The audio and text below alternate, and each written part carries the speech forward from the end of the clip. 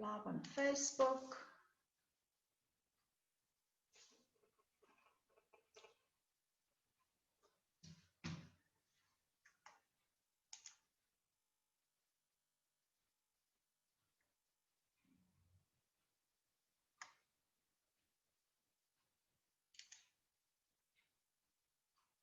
Are you there, Lynn?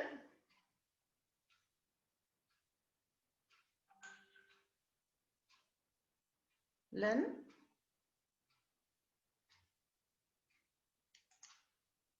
Come on now.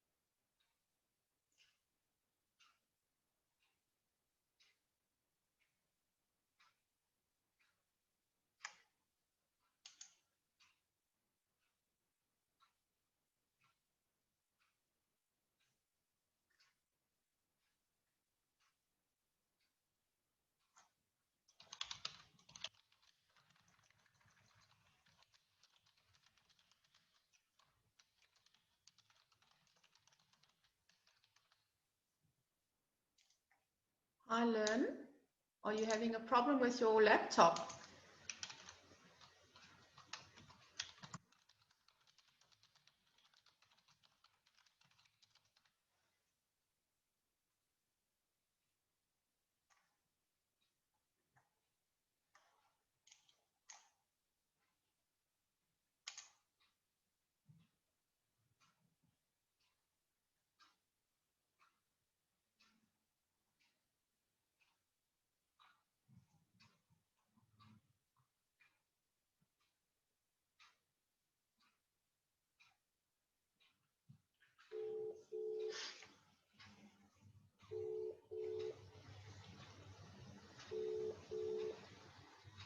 Charlotte? Are you having a problem?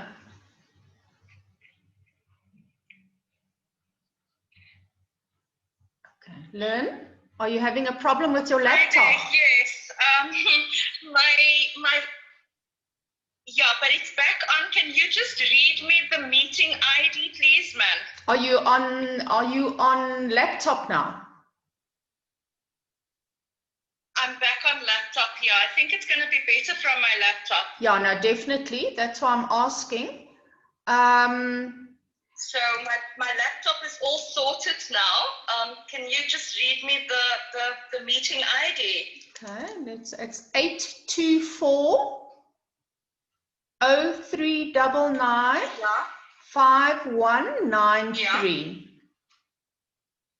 5193. Yeah. Coolies. Okay, I'll wait to see you come in. And the password, Charlotte?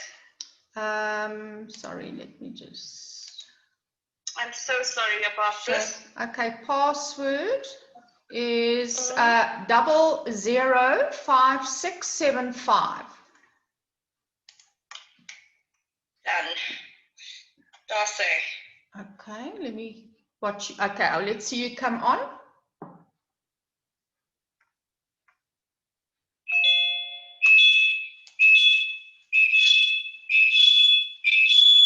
Okay, put your phone off now. Put your phone off. Now.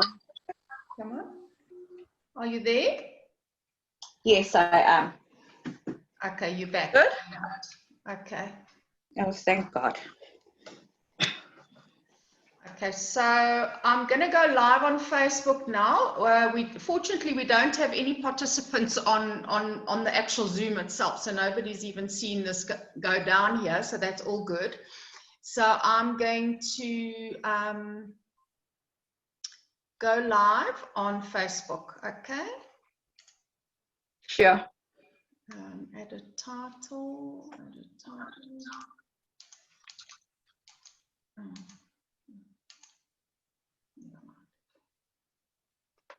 Okay, good afternoon, everybody. It is Monday afternoon. It's the 24th of August, and it is another episode of the Forgotten Woman, the South African Story interviews. With me today, I am so thrilled to have another remarkable woman who has, throughout her lifetime, done nothing else but step up and move forward. Over the past few weeks, I've interviewed several of the ladies who have contributed their chapter, and it's just been an incredible experience. And I'm so thrilled to, again, as I say, have Lynn Hill with me. And today we are talking to Lynn and we're asking her a little bit more about herself. And she will be sharing some golden nuggets with you as well. So please join me in welcoming Lynn Hill. Lynn, thank you so much for joining me today. It's an absolute pleasure to have you with me. So here we go. Technology is always the one thing where the gremlins tend to creep in, I know, so we're running a few minutes late, but that's all good. That's all good. So tell us a bit about Lynn Hill. You know, I've known you for a number of months now, number of years now, and obviously I've gotten to know you very well, and there's just so many facets of you, Lynn, and I'm sure that everybody that is tuning into this live interview on Facebook would love to know a little bit more about the woman behind the name. So share a little bit about who Lynn Hill is. Well, first of all, thank you so much for this opportunity, Charlotte. It means the world to me. As you know, one of my mantras is I will use any and every platform to heal and inspire. So this is but just another platform. Who Lynn is, she's exactly who she is behind the name. She believes that the less disconnect there is between private and public, the more authentic you really just are. So Lynn is, I'm a lover of life. I bring passion into every moment. I cook with passion, I bake with passion, I speak with passion, I mother with passion, and I love dogs and horses with an absolute passion as well. At the end of the day, I am simply a fellow traveler trying to give of her best, to give it her all, and to use every opportunity to inspire, whether it is connecting with a toilet cleaner, a petrol attendant, or an executive director. I'm not about the labels. I think if anything, Lynn is about soul connection, and that's really who I are. I look beyond all of the symbols to which materialism is attached. And all I see in every transaction is a soul. And that's all I want to continue doing. That's incredible. And Lynn, you've been doing it so well over the years that I've known you, and you've touched so many lives, and my life being one of those lives. And I just know that when I sit in your presence, I can just feel, you know, I feel your warmth, I feel your heart, I feel your soul, and you just have this magic that surrounds you in terms of when I'm feeling really low, you just have a way of just pepping me up and getting my spirits back again. So Lynn, just tell us what inspires you. I think the gift of life, Charlotte, I think that in fact, more so after the past 2 years, the fact that I nearly died at 15, but didn't. And I became absolutely grateful for having been spared, not knowing why I was spared at that point in time. But I think just this deep knowing that every day of God that gives us the opportunity to see that new day and to do it with with mental health for me is an inspiration. The fact that in any given moment when our eyes are open enough, we are just surrounded by this myriad of blessings upon blessings upon blessings. And then I'm also inspired by the fact that I know I have been a chosen divine conduit for a time and a moment in a season such as this. So I draw a lot of my inspiration from my spirituality, from what has now become direct downloads. And I think my spirituality definitely is my inspiration. But linked to that, and I guess our divine purpose is not separate from our spirituality. So my divine purpose inspires me. My why, literally my why wakes me up every morning. It's not my alarm. It is, what is it that I am destined to do with today, with what has been placed divinely inside of me. It just has me bring 200% of my spiritual self into every moment as well. Lynn, I just want to mention to you that it's showing that your bandwidth is low, and that's why we're having intermittent delays, Yeah. just so that you know. Okay. All right. So if you had to go back in time, Lynn, and thinking, considering you yourself as a young girl again, what is the one thing that you would tell your younger self?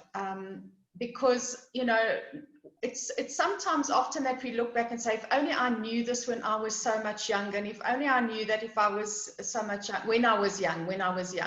What would be the one thing that you would tell your younger self? I would definitely tell her to love herself a lot quicker. It was quite a process of learning to love myself again, particularly after the violation. So my younger self would definitely say to her that you are not what happened to you. Although I knew this pretty months after that, there was just a lot of other woundedness that actually came upon me before I was totally healed. But if I go back now, Charlotte, and even at the age of 19, when I had to make a definitive life decision after having fallen pregnant, there was something that, had I trusted myself more, and I did not trust myself sufficiently, and perhaps not even love myself sufficiently then, because I believe when we love and trust ourselves sufficiently, the quality of our choices really commensurate to the quality of love and trust we actually own. And so that would definitely be the one thing. The other thing would be that the opinion of others is their projection and does not have to become your belief. And so to have, if I could differentiate it between their projection and what I owned as erroneous beliefs and assimilate it and internalized as part of my being, which was so erroneous, which obviously I had to spend years and years unlearning. But the third thing would be, to women particularly, is that you are worthy. You are enough. There is, if you get that at a very young stage of your life, to know that you are enough means to know that you never need to be needy. And we find that we do a lot of settling in our lives in order to fill us up, because there's that void we think sits there because we are not enough. And when we can fill that void with self-adequacy, which is self-driven, nobody's opinion, no form of materialism, no form of settling is really going to be able to compromise that levels of self-worth which are inherent. We are born priceless. We're born with royalty running through our blood. We are daughters of a king. And there's magic and fire within us. And if we can own all of that at a very, very young age, I'd say we're setting ourselves up for a life of non-settling, a life of excellence, a life of heart's fulfillment and soul's fulfillment. Yeah. Oh, that's incredible. That is so incredible. I also think of myself looking back at when I was young, and I had so many insecurities, Lynn, you know, and I think those insecurities are, I guess there's a certain amount of fear, you know, acceptance. Do people accept me for who I am? And you're constantly being compared to other people, or you comparing yourself. And I think at the end of the day, that is the one thing that if you know, I would just love to be able to instill that in all my grandchildren, the young siblings of my children. Is not to have that insecurity, not to think that you're not better than, as good as the next person. And I think that's the one message I clearly hear from this. So in the spirit of this being Women's Month, and oh my goodness, it's been a long and exciting, well, not long, it's been an exciting Women's Month for us, because we've had to do things so differently, Lynn, haven't we? I mean, everything's done online. We can't go and interface with people as much as what we would like to. So in the spirit of this, and based on your personal experience, what is the one pearl of wisdom that you would like to share this on this occasion with other women? I think it definitely relates, I think, to the previous point, Charlotte, and that is inherent, authentic, priceless value. If we don't own who we are never going to optimally express our voice in this world. And so the significance of the presence that we take up in this world is so inextricably linked to who we believe we are and the value we believe that we bring. And we cannot take up fully that significance and own that significant space in this world if we do not express our authentic voice. And the expression of our authentic voice is not only on the grounds of what we say. It is based on the congruence of the experience we leave behind, and the congruence of that experience, or rather the experience is really the congruence of whether what we are thinking, saying, doing and feeling amounts to an experience which for another soul becomes unforgettable. And so it would go back to own who you are with all of your and comparison and competition. You know, we speak of changing the discourse for little girls. You speak of it as a grandmother, but we need to become very conscious as parents. We need to become far, far more conscious as parents, because a lot of the scripting, most of the scripting happens by virtue of socialization, and that is the teaching of a social script. Parenting is the magic. It is the magic wand, or it is the whip. It is one of the two, and we as parents need to become more conscious of the quality of what we speak into our children's life. Do we build up or do we break down? And we can only engage in conscious parenting when we become conscious adults, and we can only become conscious adults once we face our own insecurities. We can't conquer the demons we don't know. You know, we don't get a choice as to how the journey starts, but the one thing that is our superpower in this moment is that we, in this moment, all of us, never mind what went down this morning, last week or last month, in this moment, we have the ability to choose again. Even if it is a new response to an old situation, we have the ability to choose how the rest of our book really pans out, which is a metaphor for our life. Well, you made reference to a book, the book. And obviously we're online today to talk specifically about the book that you have contributed a chapter in. And oh my word, Lynn, what a chapter. I told you the other day that I've read it, and you know, I had to wipe away the tears while I was reading it. And you know, as the reader, obviously you live yourself into that moment. When you read that sentence, or you read that paragraph, or you read that page, you're living yourself into the life of that person. And you know, for me, it was chilling moments. That's all I can say. It was absolutely chilling moments. I also made reference to the fact that it was at a time within your chapter, you referred to the second incident that happened in your life, and you were here in Johannesburg, and it was actually, you were part of a Woman of Stature event. And then I said, oh my word, should I have been more sympathetic towards you? Could I have done more to help you? What more could I have done? And I just think that, you know, reading it and then like playing it back in my mind. So your chapter is obviously going to resonate with a lot of women, in that there are things that happen in your life which you often do not have control of, and that it's so outside of what the normal behavior is of people. And you know, you have tried your utmost, and I know you so well, to always behave in the most decent and the most professional manner, and yet there are other people out there that just don't do that.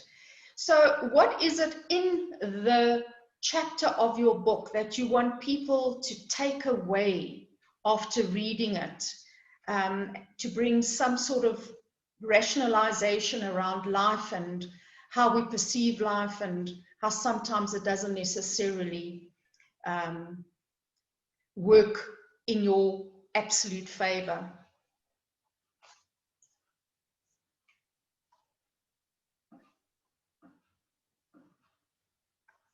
Lynn, are you there?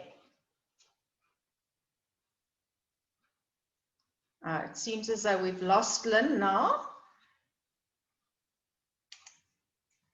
I know that she was having some technical difficulties on her side. I guess that's happened again. Well, while we wait for Lynn to come back online, the fact of the matter is that the book, the chapters in this book has been, to say the least, thought-provoking, very inspirational, very empowering. And, you know, reading these stories, every woman comes with her unique story. It's incredible to see as a culmination of chapters, how each one's chapter speaks about something so unique about that person, and something that has happened in the life of that person. And, you know, as you read from chapter to chapter, you start to realize that no one is without some pain or some trauma in their life. It has happened to most of us that we are we think we're living in this bubble where nothing can really go wrong, or nobody can touch us, or nobody can hurt us. And yet the reality is that, unfortunately, life has a different meaning to it sometimes. And I think this is the one thing that has really made me realize the significance of having had this book come to fruition, having had this book come to a realization that we are most certainly not always in control. The book is available online on Amazon. It is at a very, very discounted price for the month of August, being Women's Month. And we would love you to support us, because all the funds being raised is going to the Women of Stature foundations Forgotten Women of COVID-19 fundraising project. So please go and download your book, buy a book, support us, and you will be supporting a woman who finds herself in a desperate situation. And there are so many of these women now, especially at a time like this when we are going through a global pandemic and a crisis.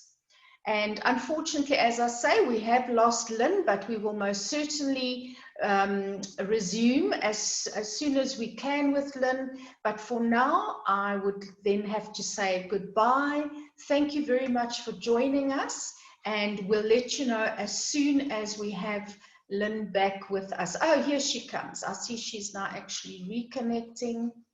Yeah, unfortunately, technology is sometimes out of our control, and especially with all the power outages that's going on again around the country, we no sooner think we are online and then we suddenly get cut off.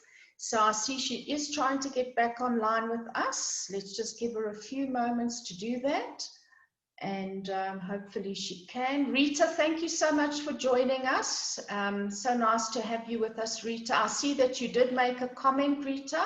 I will certainly read that out as well. I see that I so resonate with you, Lynn. We will not waver on our self-worth through the lens of others. Love that, Lynn. Yeah, so right, Rita. We shouldn't allow the opinions of other people to influence us to that degree. Lynn, are you back with us? Yes. Are you able to hear me? I've come back on my phone now.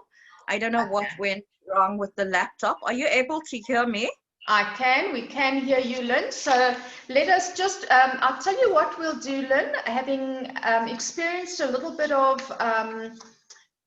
delays as well within the time that we spoke, maybe we should try this again at another time. But just for now, let us then end off by saying what has been the one thing that you have experienced in life that you know, has made you the woman that you are today, and what is lying ahead for Lynn Hill? Because I know that you're involved with so many different things, but what is the one thing that you are really making it your goal to succeed in now, so that we as a collective can hear, where's Lynn going? I think you had a question before this question, and what was that question before the where's Lynn going to? There's another one. Yeah, well, basically it was, what would you like people to take away from the story in the book, your chapter in the book? And I think we touched on that previously, where you are not what happens to you.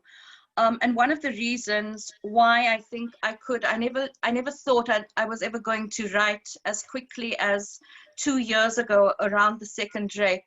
But what my healing journey beyond that did for me, Charlotte, it brought, whether it was through therapists, through healers, through other spiritualists, but the message that was brought back to me each time was that you are so authentic, you are so powerful, you are so genuine. And that, when I started to own that, I almost then became immune to criticism, to judgment, to whatever anyone out there was going to think or say. I just knew that my pain in that moment was amplified for my divine purpose to be magnified in this world. And I think that leads to the second question: what does one expect from Lynn? Lynn has now made it her absolute ultimate business to be an advocate for not just gender-based abuse and violence, but to be an advocate, to look at the systemic solution globally, linked to the misconstrual of power and supremacy, whether it's on the grounds of race, sexuality, culture, or gender. I think the misconstrual of power and supremacy has played itself out in the most horrific of ways, feeding off vulnerability. And if anything, I want to globally now have my voice heard in terms of what the heck of a difference is between living with and in authentic power and living off borrowed power, whether it is in a household, whether it's in a community, whether it's in a government, whether it's within correctional services, whether it's between political parties. But it's just time to step into our authentic identities. Wow, Are you Lynn, there?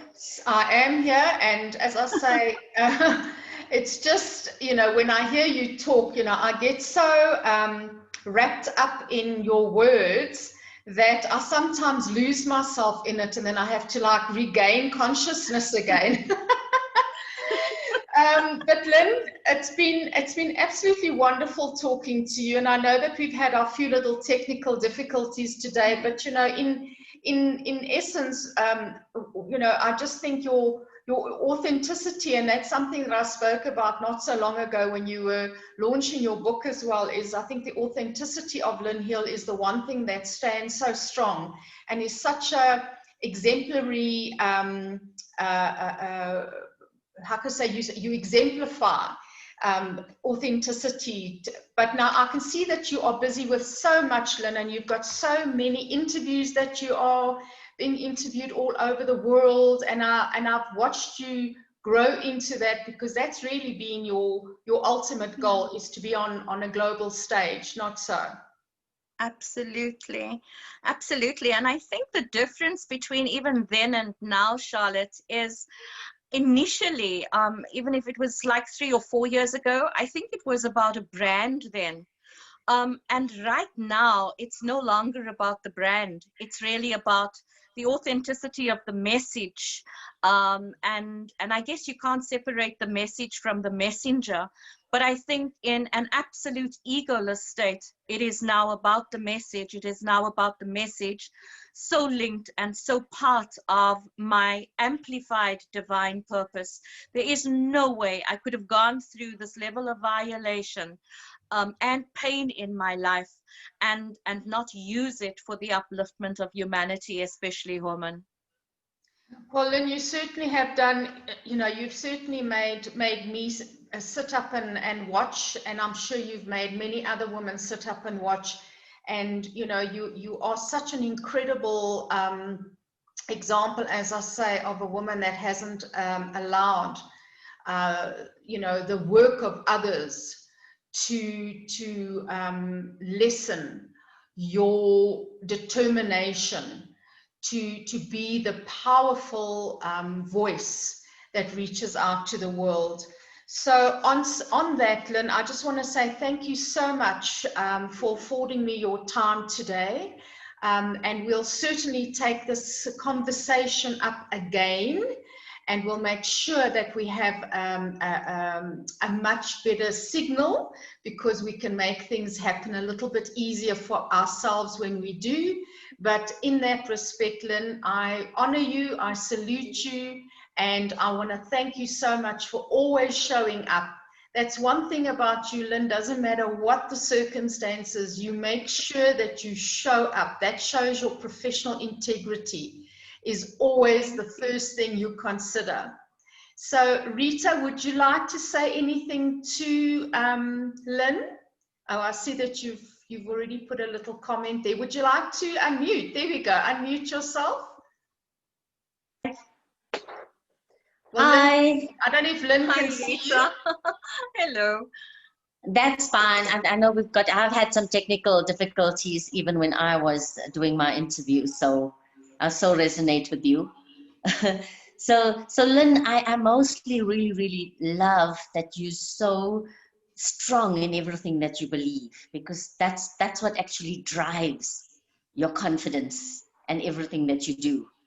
So I just want to thank you for sharing, and I wish you all the best, you know, in your endeavors to come. So thank you for all your words. I truly, truly will take them away.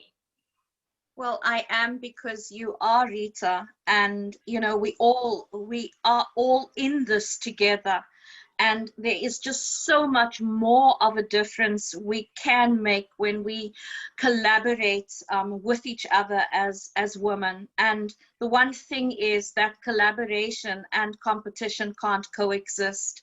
And so thank you for being the soul that you are, in terms of a divine collaborator, and to many more conversations. We've never met before, so pleased to meet you, other than the one Zoom that we had with all of the chapter contributors. So thank you for being you, and I salute you as a fellow contributor. Bless you. Thanks, Lynn. Thanks, Lynn. I think as women, we must more cooperate than compete. We gain more that way, hey? Absolutely.